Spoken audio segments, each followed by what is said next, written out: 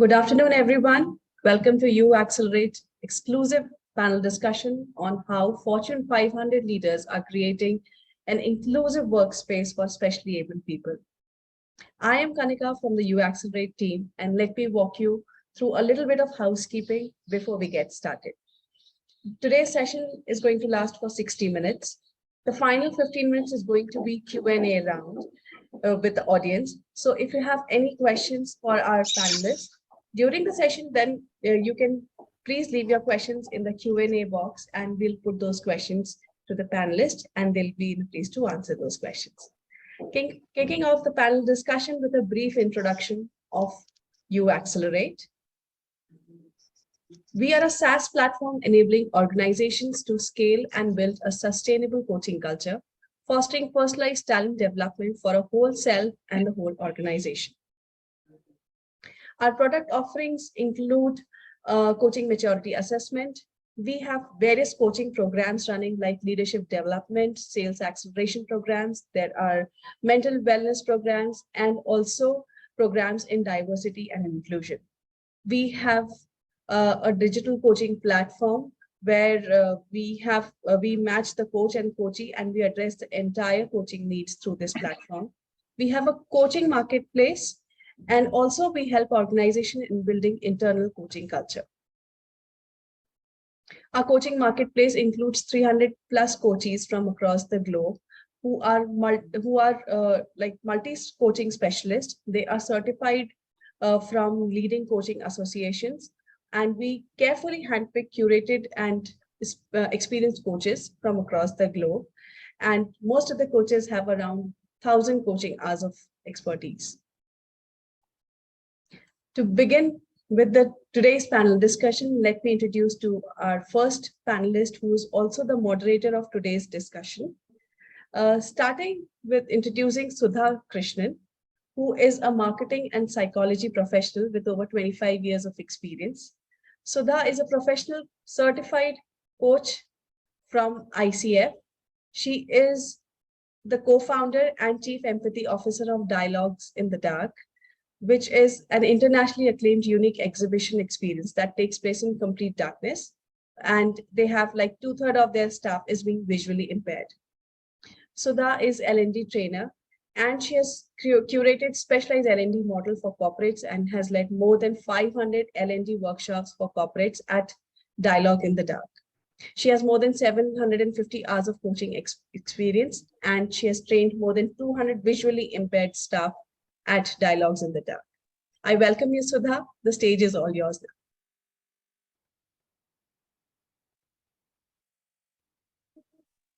Sudha.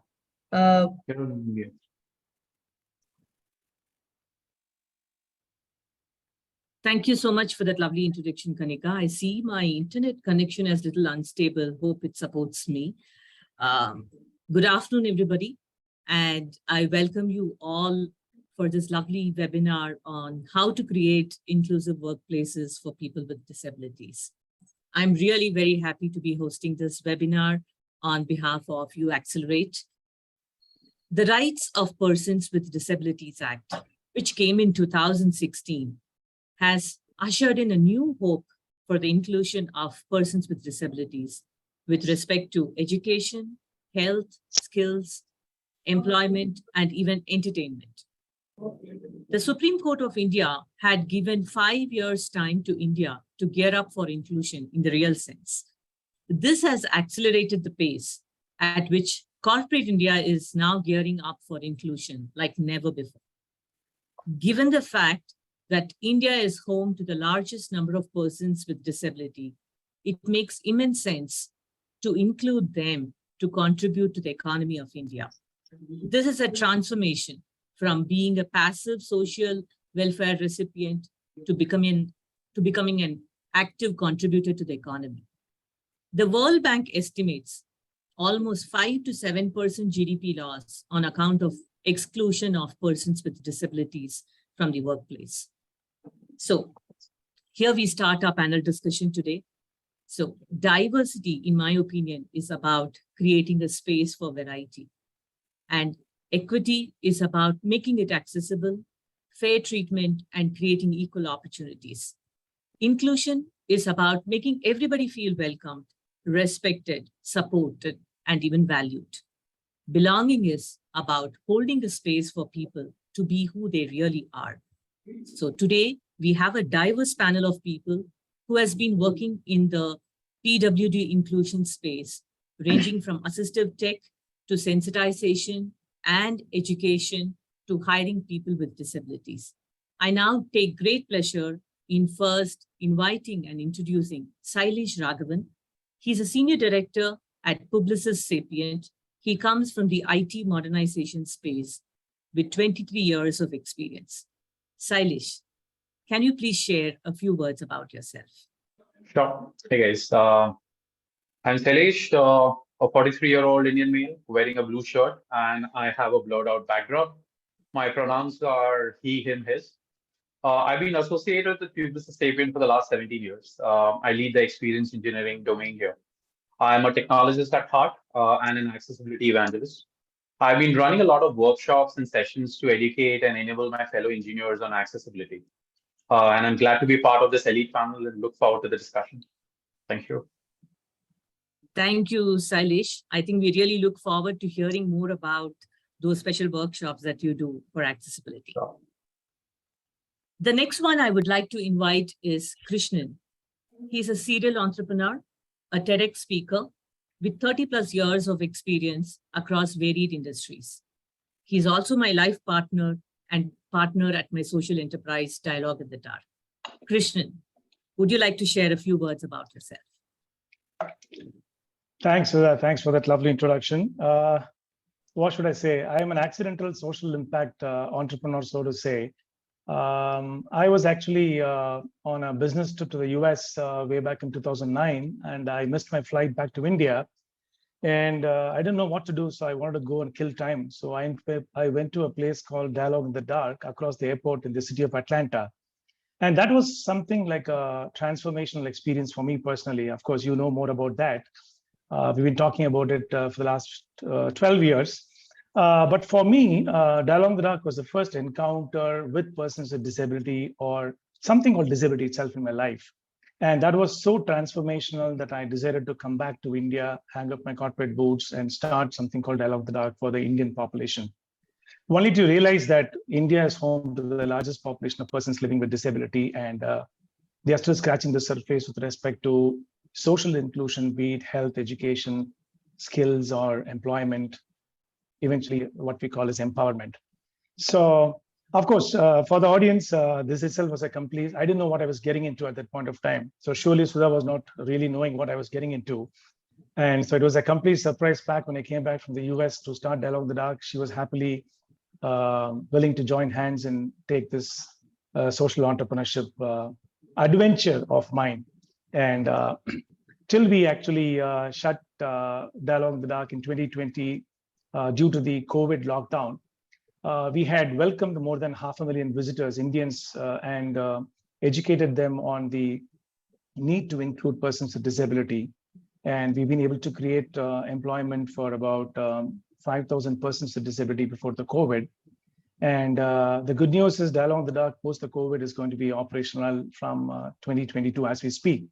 And we're also kind of re-avatarizing ourselves as Dialogue in the Dark 2.0, which is going to be a mix of empathy experience and digital experiences, largely focused on educating and sensitizing the average Indian on the street about the world of disability. Thanks. Thanks, Krishnan. Thank you so much for sharing that. Now, I would like to call on Omita Sharma. She is Chief of Culture and Transformation and a change management leader with 13 years of experience. Omita, would you like to introduce yourself, please? Thank you, Sudha. At first, to my colleagues, lovely introduction. I'm really short of words on what do I say about myself. So colleagues, I am a great mix of a communicator at heart who believes in tying relationships with engagement. For me, the journey started a while back, wherein I was looking at addressing organization challenges more on the people centricity and defining experiences and bringing people and business agenda under one umbrella. And that's where I transformed to becoming a chief of culture and transformation and acting as the voice of the organization, wherein building some of the successful units on the lines of well-being, diversity, engagement, sustainability, organizational transformation, learning and development, and henceforth addressing some of the key requirements for the organizations.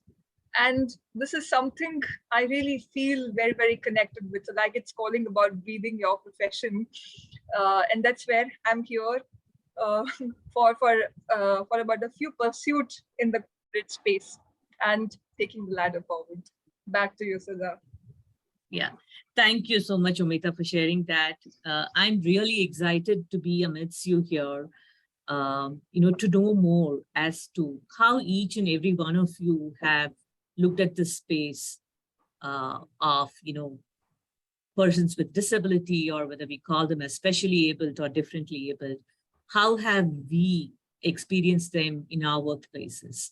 So I would like to first start with this question, and this is especially to Krishnan and Omita. So how do you think can leaders promote and engage persons with disability in our workplaces? So Krishnan. Yeah, Sudha. In my experience of 12 years of being in the disability sector, running Dialogue in the Dark, I have understood there are two sides to the story with respect to disability or PWD empowerment piece. On the one side, we have the entire world of people without disability. We have the corporate world, we have the policymakers, we have all the sectors like schools, colleges, education sector, healthcare sector, all of them with a very focused and single agenda of trying to see how we could look to work towards a world which includes persons with disability, and how we could create an enabling environment with respect to including persons with disability. And during my 10 years of operating and running Dialogue in the Dark, we have come across almost about 200 visually impaired people who have come to Dialogue in the Dark, worked with us, and gone out to pursue different careers. And interestingly, what had happened is when I have had this interaction with my visually impaired colleagues, they said, what do you mean by inclusion? What we need is freedom from exclusion. And it was kind of a puzzling point for me personally, because I was thinking all the time I was championing the social inclusion of persons with disability. And when you talk to the PWDs, especially the visually impaired people at Dialogue in the Dark, they were saying that they wanted a freedom from exclusion. The world belongs to all. And that's the overarching goal of the Sustainable Development Goals 2030, which very explicitly says that no one should be left behind. And so from that angle, it sounded like a wake-up call for me to say that freedom from exclusion is a very, very important agenda that probably everybody should pursue. And so when I looked at the whole piece, I thought in my experience that there has to be a bridging mechanism through which we bring the world without disability and the world with disability together, or people without disability and people with disability together. And I recall one of the mission statements of one of the Fortune 500 companies, which said that to do that, we need to have the model of 3 A's, where the first A stood for awareness building for attitudinal change, and the second A stood for accessibility, which could be physical accessibility or digital accessibility. And the third A stood for accommodation. And depending on the business case of a corporation, it could be reasonable accommodation or unreasonable accommodation. And there are also a lot of research report which has confirmed the hypothesis that I held for a long time, that this second A and the third A, which is accessibility and accommodation, is something that can be done at a whisker of a second, because it's only a decision that the leadership has to take with respect to whether we want to do this. And if we want to do this, what is the investment that we need to make? But there are also other research reports we have confirmed that for these 2 A's to be enabled, the fundamental important starting point is the first A, which is awareness building. In fact, I would go one step forward in my own experience to say that it's not just about awareness building or awareness creation for attitudinal change. It's an entire science that we need to build. It's a skill that we need to build across the entire organization. And I've also seen in my experience where we have worked with a lot of corporations, including the Fortune 500, where the leadership is very committed to doing diversity and inclusion with respect to disability. There is also a huge buy-in from the D&I leaders within an organization. There are also these global HR leaders who are extremely committed to the piece of disability, diversity, and inclusion. But most often than not, what happens is when it actually gets rolled down into an organization, the guy at the shop floor level or an associate who's actually cracking a code, who's actually keeping company to a person with disability, he or she doesn't have the skill or the competence to deal with a person with disability. So if you're to answer your question, what is that every Fortune 500 leader or a corporate leader should be looking to promote? In my view, I think it is enterprise-wide skill development program for the persons without disability, so that we create an enabling attitudinal environment to welcome persons with disability, and also make it sustainable and successful. Because if you need to really look at impact for scale, the first fundamental step is to build this muscle, build this skill among the world of people without disability. I hope I answered your question. Yes, yes, Krishnan. I think, in fact, I think you hit on a very, very important aspect. How do we build this awareness? How do we make others ready to welcome and create this inclusive space? Thank you so much for sharing about those 3 A's and how this whole A about, attitude plays a very, very important role, and awareness can facilitate that. Yeah. Omita, I just want to hear your views. What do you think as leaders we should be doing to be promoting people with disability at our workplaces? How do you think we can use their talents? Yeah, so that, as Krishnan very beautifully defined it, I would just like to add a little more on the engagement part. So as we actually call it, specially able people come with an inherent passion and energy to prove themselves as highly valuable. They have really come forth as a very, very motivated workforce, for us as an employer to look at, and who really help us create a very inclusive and better workplace environment. Not just, on having a variety of talents and expansive, I would say, skills in the workplace, but it's also about an ability defined within diversity, which really takes us to have a greater pool of talent. So wherein we do see enough coming on the diversity agenda, wherein there are some organizations who have kept a larger share for the talent, as high as 15%, to become a part of that group.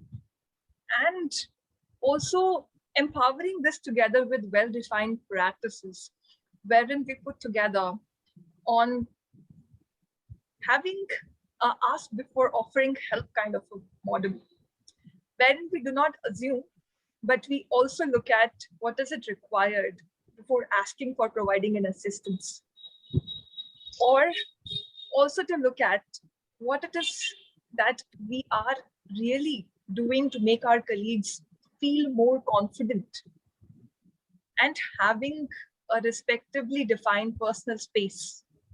Making some of the changes, as you were rightly calling about the attitude, wherein we do see that they have a chance to speak clearly, participate in a great deal of programs, and listen to act.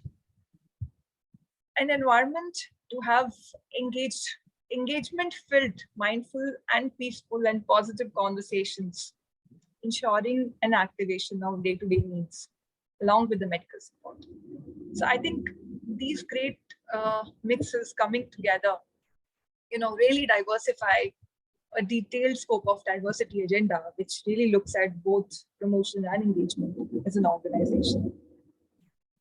Yeah, I think, listening to you, Amita, it looks to me, again, I'm relating to what Krishnan said, the importance of, creating this awareness, especially when you highlighted, even before assuming that they need help or assistance, respecting them as persons and not assuming before just helping, asking before helping, and also probably understanding their world. I think it's very, very important, especially when I listen to you sharing, how this can be rolled out at an organizational level. Yeah, thank you so much for that. Yeah, and I think I have another question as a follow-up to this.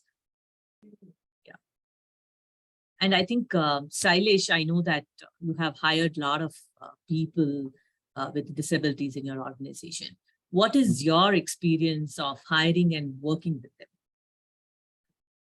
Right. So when we talk about experience working, I think the baseline is learning and a lot of learning that you get, right?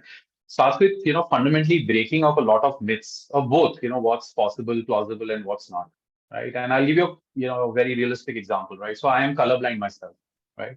And the moment you tell somebody, okay, I'm colorblind, so, be cognizant of that fact, the natural reaction is whatever is the first thing available, they'll point to you, what color do you see?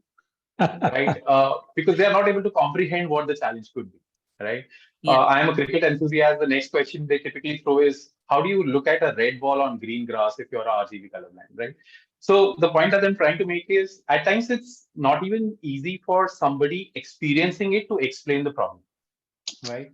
And a lot of knowledge that people have today is through reading articles on types of disabilities, and they're trying to comprehend the challenge with that perspective, right? So I guess when you're working with somebody, you get to experience it firsthand, and you're able to appreciate the problem a lot better, right? Yeah, yeah. So it gives you a completely different, realistic perspective around, how do when you have a conducive environment, or if you don't have a conducive environment, how difficult things can get, right? So for us, step one was, involving people with disabilities in the process of bringing change. And I felt this is important because the sheer fact that they know the best, because they experience it, right? So not going by bookish knowledge or not going by what people perceive, right? And the biggest challenge that I have felt with, the entire concept of disability is the moment you start talking about it, the only picture that people have in the head is the logo, which is a person on a wheelchair, right? And disability is way beyond a person on a wheelchair, right? That's the very natural muscle, because that's how the entire ecosystem is designed for us, right? I mean, if you look at parking lots, it's a person on a wheelchair. If you look at an aisle, if you look at washroom, it's all person on a wheelchair, right? So it gives you a very different environment altogether, right? So I guess when you also hire, I guess what we did differently was, when you typically start looking at hiring people, most organizations or conventionally, there are earmarked roles for people with disabilities. They say, okay, I'll hire a certain kind and I'll give a certain kind of a job. For us, the way we did it differently was, we reached out to colleges, we went open in the market. And for us, we kind of consciously decided to not, call out that distance. If the person is able to fit the role, if the person is able to crack through the interview, we give the job. It is not about, okay, you're not able to do it because you're, having a certain kind of disability. We kind of did away with that perception to begin with. Right. So we hired the person who's eligible, is suited for the job, we start giving that job. Right. From an education standpoint, I guess, what Krishnan mentioned was absolutely important. Even before we started hiring, we ran through a lot of sensitization and awareness and learning sessions across the organization, starting with the leaders themselves, then going to the managers and the rest of the population, and covering basic topics like, what are the different kind of disabilities, how do you, comprehend and, appreciate each one of them. Now for us in the organization, sign language is a session that happens every alternate week, right? So we are trying to make sure that people are a lot more aware of what they're trying to do. And this creating this awareness, building a level of trust, authenticity when trying to create an environment is absolutely important for, the entire ecosystem to survive together, right? That's how I see it. Now we also have an accessibility COE that we built, right? And this entire COE has people with visual impairments, hearing impairments, cross motor skills missing. And the idea is, when you bring this real world experiences together, there is a lot of cohesion and there is a lot of learning that happens together, right? And as a service-based organization, I believe it's also imperative for us to know that, when you're giving solutions to people, it's not just a job, it's also a responsibility for us to ensure that our solutions are globally and inclusively accessible by one and all. And who better to validate this for us than the people themselves who are, going through it. So that's been our learning through the journey.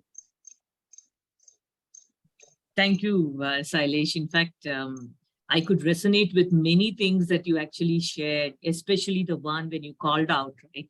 The only disability people resonate or, they immediately imagine is somebody on a wheelchair. I just want to share this, right? Like, I travel with all my visually impaired facilitators who facilitate workshops along with me. We travel and then we move into the airports. And then most often, at the check-in counter, they would bring a wheelchair for the visually impaired people. So I have to keep educating, telling people, all that they need is probably somebody to assist them to pass the security check and help them identify their baggage, but they don't need a wheelchair, they can walk. Or they'll be always directed to a toilet, special toilet in the airport, saying that you go there, whereas they don't need that. So I think I cannot agree more to what is being discussed here. The need for education, helping people appreciate different disability and understanding each one's needs in the workplace, and how are we going to make all of them feel welcomed, included, respected, and supportive of the different needs that they have in the workplace. I really like what you said, Sailesh, that you hire for talent and then later probably you'll enable them with the environment and make it accessible for them, rather than looking at, pre-deciding this disability would do good work here. Lovely. Yeah. Great point. And I also want to probably ask you this question. What inclusive practices do you think that we can have in our hiring practices, other than the one which you already mentioned? There are quite a few. When we start with, like I said, the fundamentally is to go through an education system, right? That is absolutely important. The other thing that we typically try and do is make sure that there are certain best practices that we try and kind of bake in, right? And simple things, right? When we get started, it's like, don't wait. Don't try and solve all plausible things that you believe will help certain people to get through, right? Because it's so vast, you'll never be ready, right? So the idea is you get started with what's basic. And as you keep learning through the ecosystem, you keep evolving your tools also, right? For us, being an IT organization, we assumed a lot of things, right? Which were kind of, we had a lot of aha moments when we got a, few visually challenged people into the mix. And they said, we couldn't access time cards because it's not accessible. And we were like, okay, we kind of do this for our clients day in, day out. It was such an obvious thing that we kind of missed out on. So I guess it's keeping our mind open, making sure that you are ready to accept any and all kind of changes, right? It can't get more inclusive the moment you kind of empower them and tell them we are there for you. And no matter what you need, you're open to come and ask those challenges. Which is kind of also going back to what we said, right? So don't assume, right? Don't assume that you are providing help because that is not the help that maybe people need, right? And those don't kind of force yourself on people. They are independent, right? They will come to you, and that is an environment that you need to create. So the moment you have that boxes checked, I think the rest kind of fits itself. Yeah. I think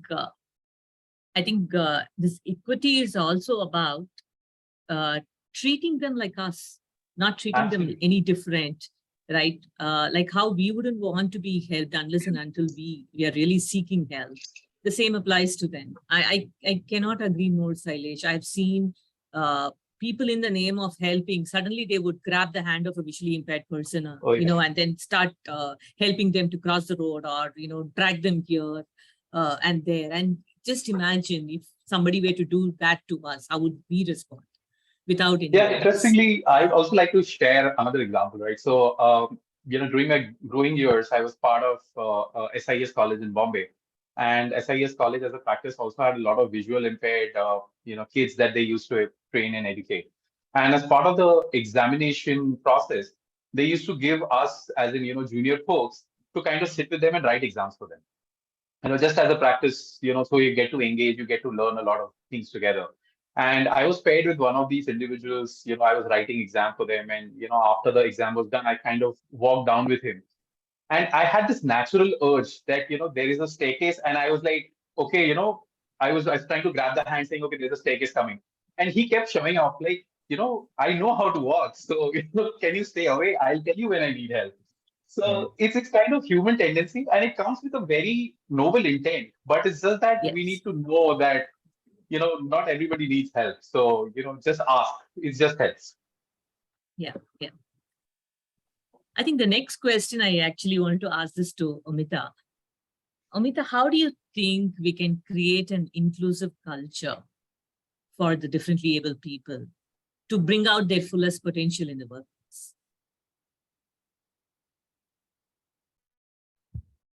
I think we already started discussing it. So to this, I would like to add a very famous quote from Rabindranath Tagore. So it says that the problem is not how to wipe out differences, but it's how to unite with the differences intact. So I think that's where the whole agenda of diversity begins. And where we actually position our HR leaders as change champions in the organization.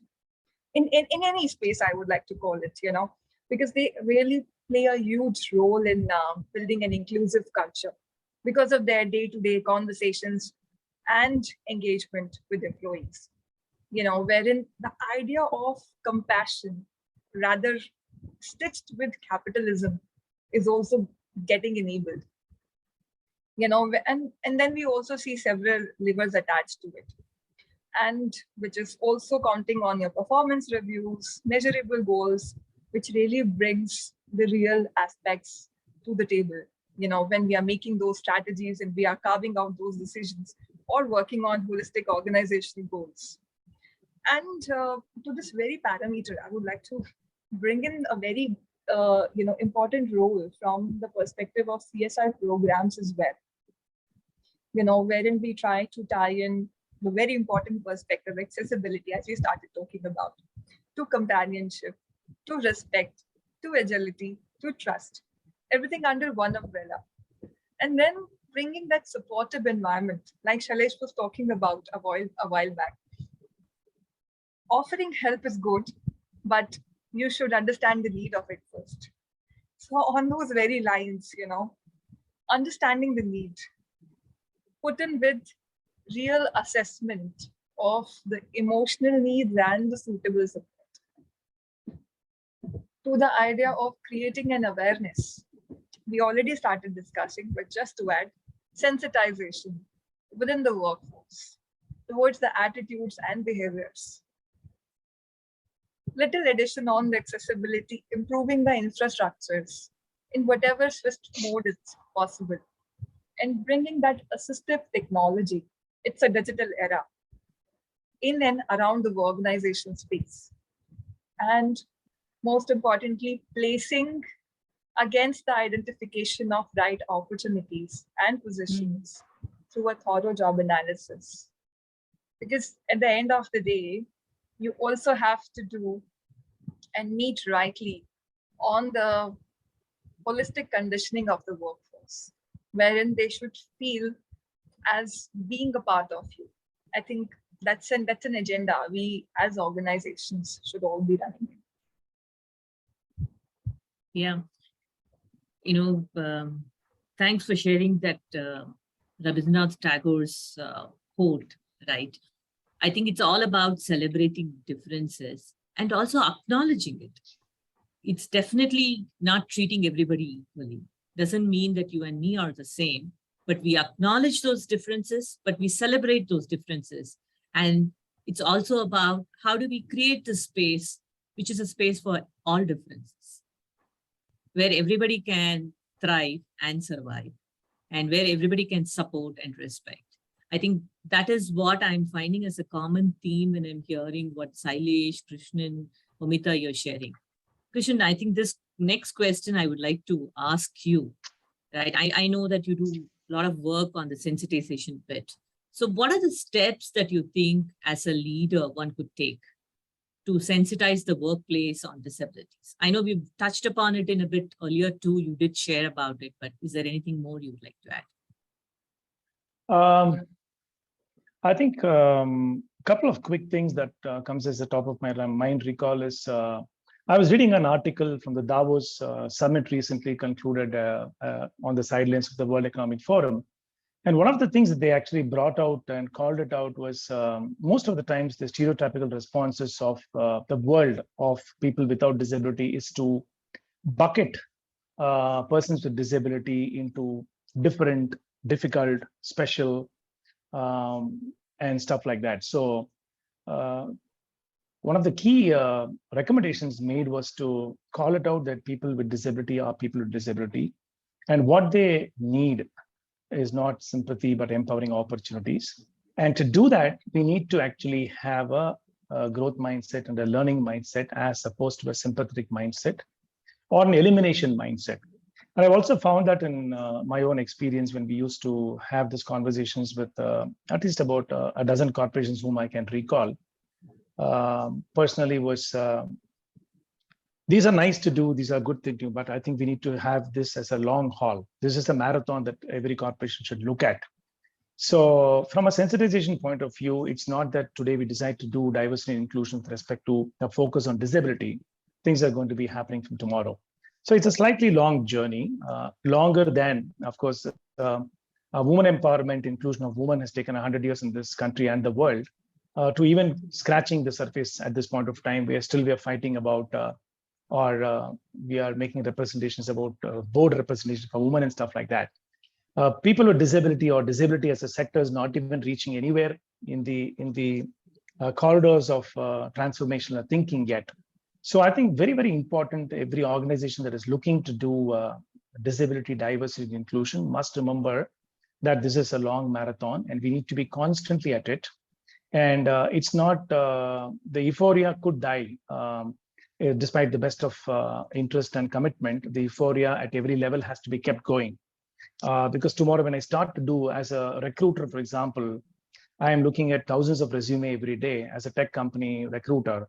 So I am always looking at an elimination process, but what you need to look at from a person with disability is a selection process. You cannot look at a list of people with disability and try to look at eliminating them and look at the easier ones. So that's a very, very routine, I would say, unconscious bias we fall into. So I think sensitizing and being, what I mean by sensitization is not the broad word, but every point of time, every executive who's actually looking at diversity and inclusion as their job to do on a daily basis has to pause, has to think, has to be constantly in a mode of empathy. Yes, you will not be able to, how much ever you empathize, including an experience in Dialogue in the Dark, is not going to make you really go through the life of a person with visual impairment, but it takes you very close. The encounter in Dialogue in the Dark, for me, actually took me into the journey of a life of a visually impaired person. But that's the level of empathy that I'm talking about. It is still not the actual experience of a visually impaired person. So I think my quick takeaway or one single agenda, I would probably recommend to every Fortune 500 corporation and their employees is who is on the shop floor has to be constantly in this factor of empathy so that they know what they're dealing with, who they're dealing with. And that can really enhance the joy of dealing with people with disability and can really enhance the productivity, the output, and the success and the sustainability of PWD hiring within a corporation. You know, listening to Krishnan, when you spoke about empathy, I think this is a quality that we're talking for every leader today, not just, dealing with people with disabilities, I think across, right? And I think I cannot agree more on that bit. And how by being more open and reflecting and taking those paths to know, like how Sailesh was saying, right? Many times the intention is well intended, but we really don't know the impact that we are creating through our actions. And it could be completely unconscious. And I cannot agree more about the unconscious bias. We cannot avoid unconscious bias. We all have it. It's like emotions. We cannot avoid them. The only thing we can do is we can learn to become aware of them and then come up with, ways of how do we manage them the moment we become aware of them, right? And I just have a follow-up question. This is for Krishnan, and in fact, I would love to hear from Sailesh and Nomita to add on also. What are some of the common biases that you have experienced during the hiring process, Krishnan, that happens especially towards disability? I think quickly, actually, I would love to also hear it from Sailesh and Nomita because they're actually dealing with it on a day-to-day basis. But I am kind of only an agency from the outside, actually helping PWDs get jobs into corporations. But one of the common things that I have experienced is what we call bucketing of people with disability. So globally, people bucket persons with disability as mild, moderate, severe, and profound, depending on the degree of their disability, which is fine from a understanding point of view, so that you know whether this is a mild disability or a profound disability, so that you know whether it's a case of livelihood or a case of rehabilitation. But what happens is, most of the time, again, the unconscious bias or stereotypical approach of a corporate could be sometimes that I would like to choose a milder disability to start with, because I'm starting my journey into diversity, inclusion with respect to disability. But what is more important, as Shailesh rightly said, is you need to do a skill fitment matrix as opposed to a disability matrix. Look at the job, look at the skills required for this particular job, and look at this person with disability, whether he is capable or she is capable of doing this job. Rather than looking at the person with disability or their disability and saying that, hey, this kind of a disability, this is the job role that we have. So I think that becomes a very different spin altogether. And most of the other myths or unconscious bias or attitudinal barriers due to a lack of information and knowledge of the past has all been demystified in terms of lower performance and lateness, attendance, absenteeism. All of these things have been quashed through several empirical studies, and research has proved that people with disabilities are equally capable like people without disabilities, and what they need is only understanding and opportunities. Yeah. Thank you, Krishnan. And Sailesh and Amita, if you would like to add quickly something to that. I think So, Krishna has already covered all, Yeah.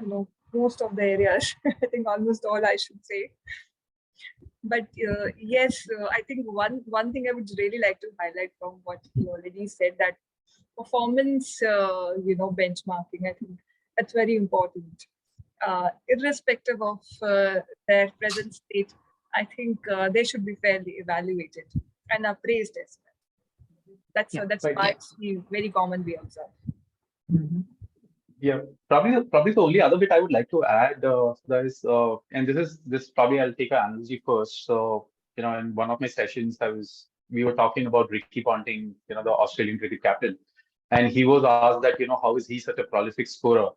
And he in his interview mentioned, I look at the gaps in the field rather than looking at the fielders. And instead of avoiding the fielders, I just make sure I'm looking at the gaps, right?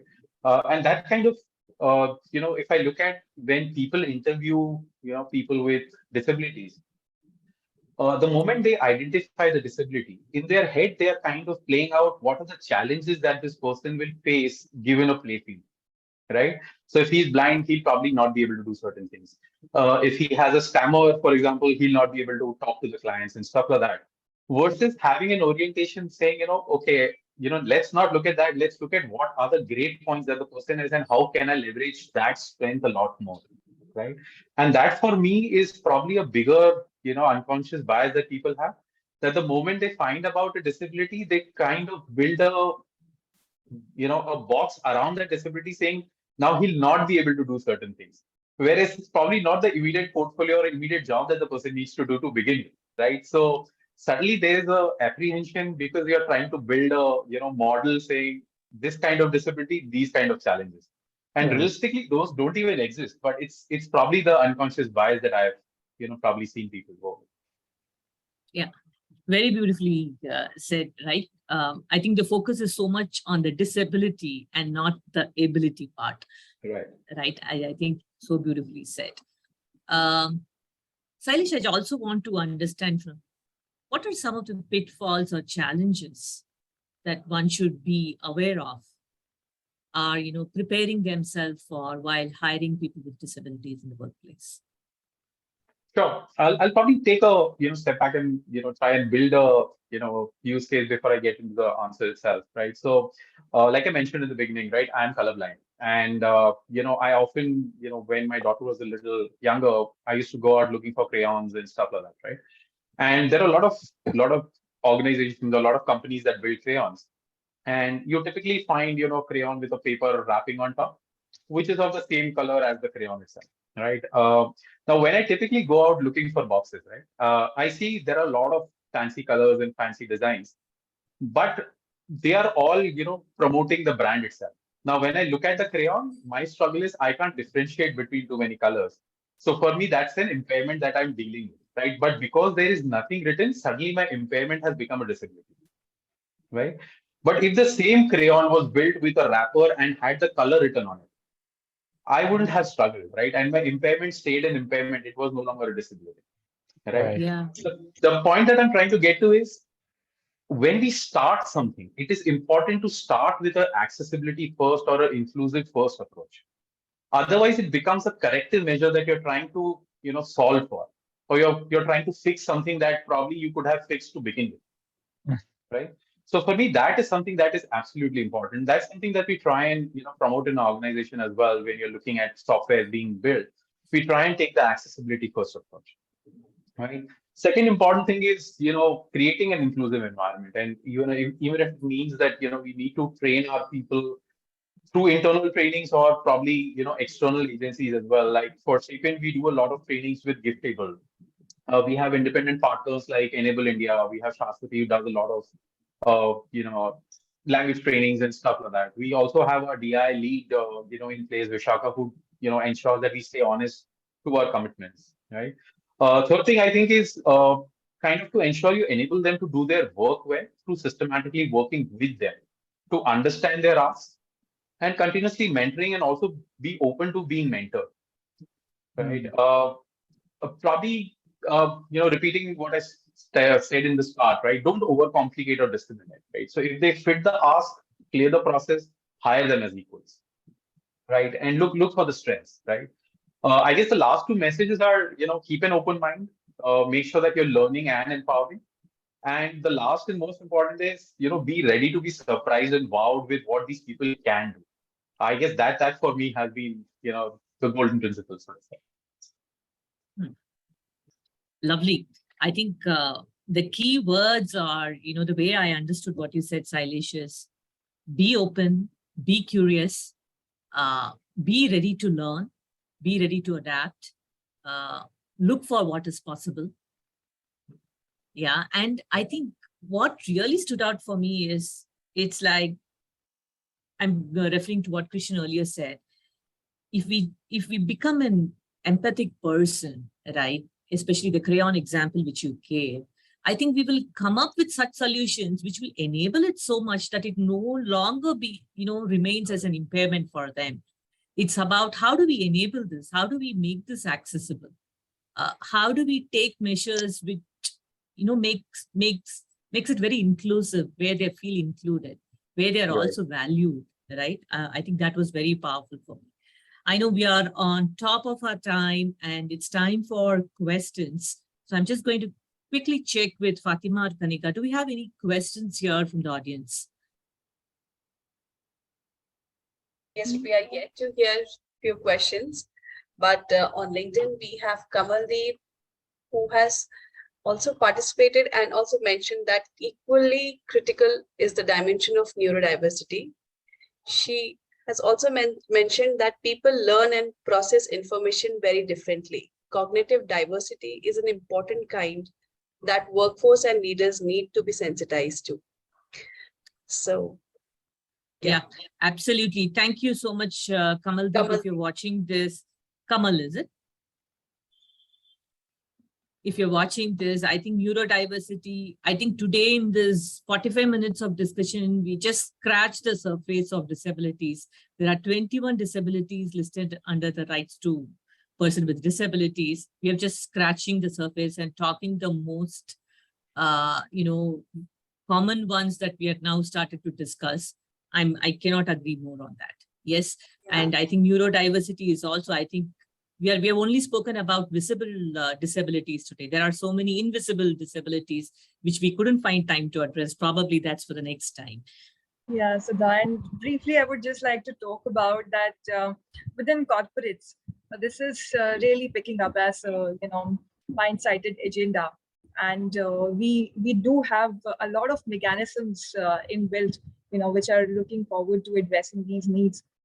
There are some of the partners also which most of the corporates are working with in order to address these requirements time on time, so that we are also able to bring in that balance from a employee well-being perspective into the organizations.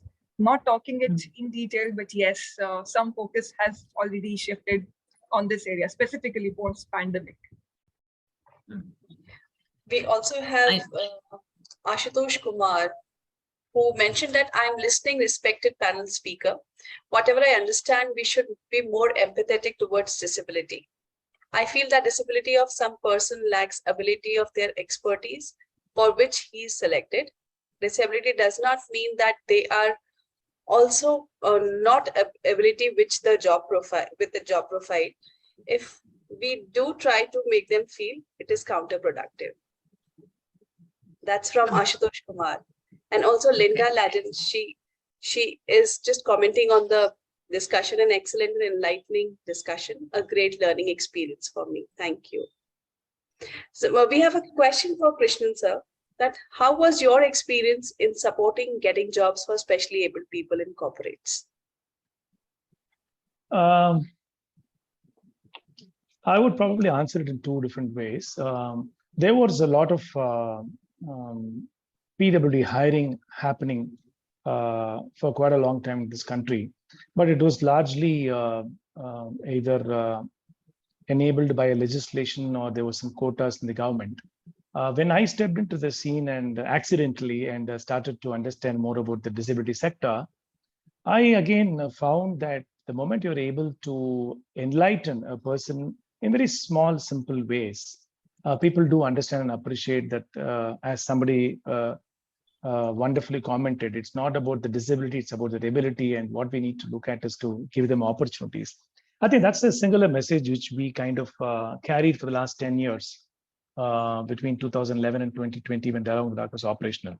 So to answer your question, yes, in that 10 years of social impact that Dialogue with the Dark carried in India across its 4 centers in Bangalore, Chennai, Hyderabad, and another center in Hyderabad, we've been able to excite corporate leaders, business leaders, R&D leaders, HR leaders, whom we didn't even ask them whether are you willing to hire a person with disability. So the moment they actually stepped into the shoes of a visually impaired, through their own experience of Dialogue with the Dark, they said, what is that we can do and how is that we can probably look to include people with disability in our corporation.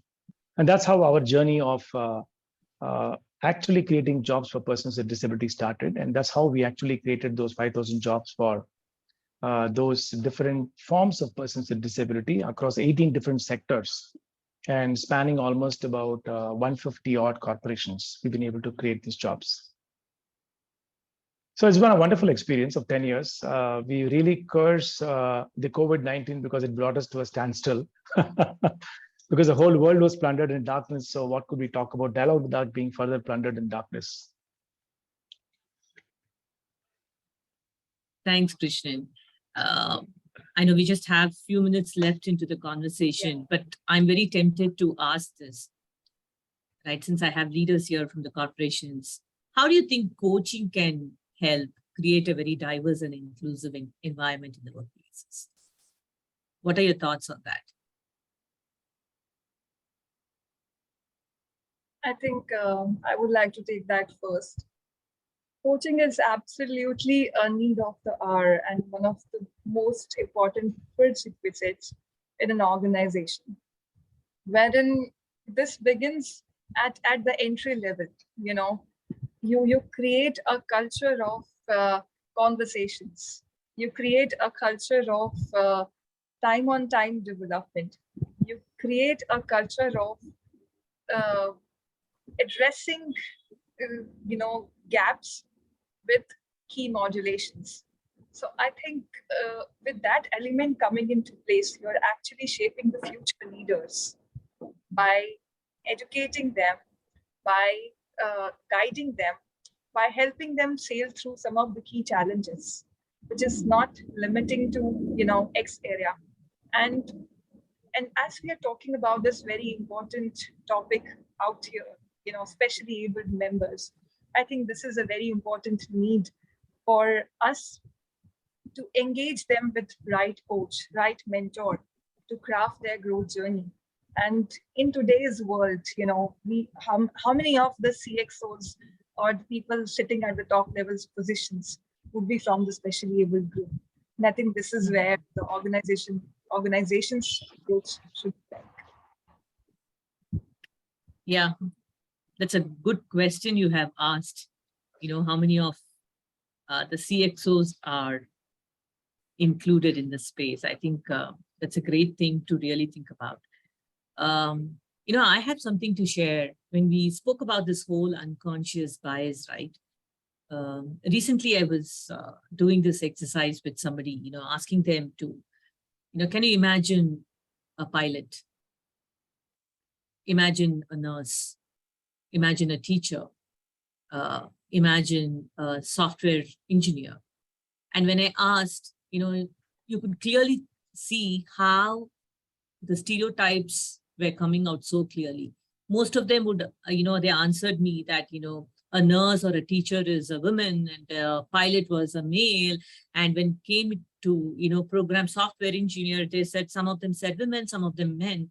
But it was interesting to note, right? Here we are just talking about the gender stereotypes. Nobody thought about probably a speech and hearing impaired person as a software engineer, or probably a visually impaired person as a call taker or a teacher, or a woman as a pilot. So this is the unconscious bias I was talking about, that we are not even aware. Even when it is not there in our imagination and in our thought process, it's very, very important for us to ask ourselves these questions. If it is not there in our thought, how do we bring them in reality?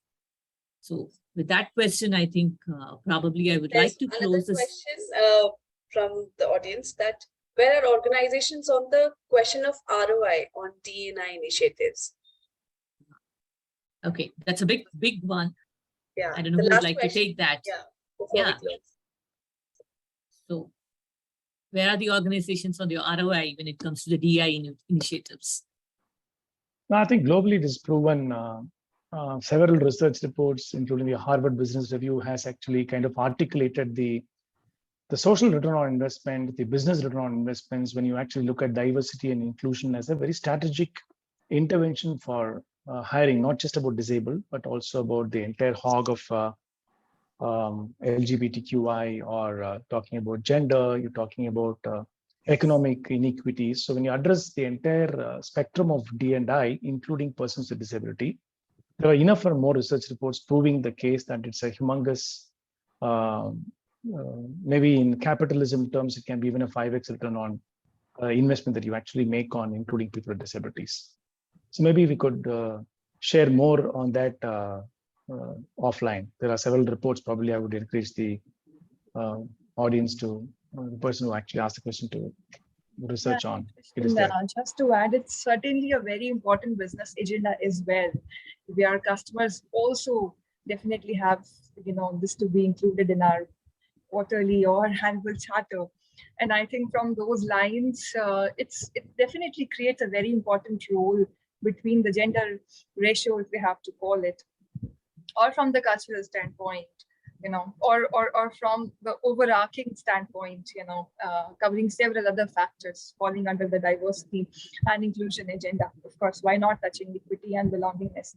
So that definitely is a great stimulator from how the organizations are looking at scheming their growth journey. And definitely we really look at those numbers to be increasing year on year. So to your question, it's very, very important. And of course, results do matter. Yes. And I think everything will have to be sustainable at the end of the day. And it has to make a business case and business sense. All right. So I think we are on top of our time, and I think Kanika should be really happy that we could wrap up the session. I think we have more to talk, and this panel can go on talking about this. Absolutely. But I think considering the time, I think thank you so much. I really enjoyed this conversation, moderating this session with you all, and I'm sure the audience who watch this are really walking away with some certain mindset shifts, some probably serious questions that probably they can ask themselves and their teams and the organization. And let's together probably create this inclusive space in our workplaces. So thank you, everybody. Thank you so much for joining for this session today. And we call it a formal close start. Yeah. Thank you so much, audience. And thank you so much, panel members, for joining in and giving your time and for sharing your wisdom with us. And to the audience, if you have any questions, you can drop your questions at info@uexcelerate.com and our panelists can answer you there. Thank you so much. Thank you. Thank you so much for the opportunity, Kanika. Thank you so much for joining in. Thank you.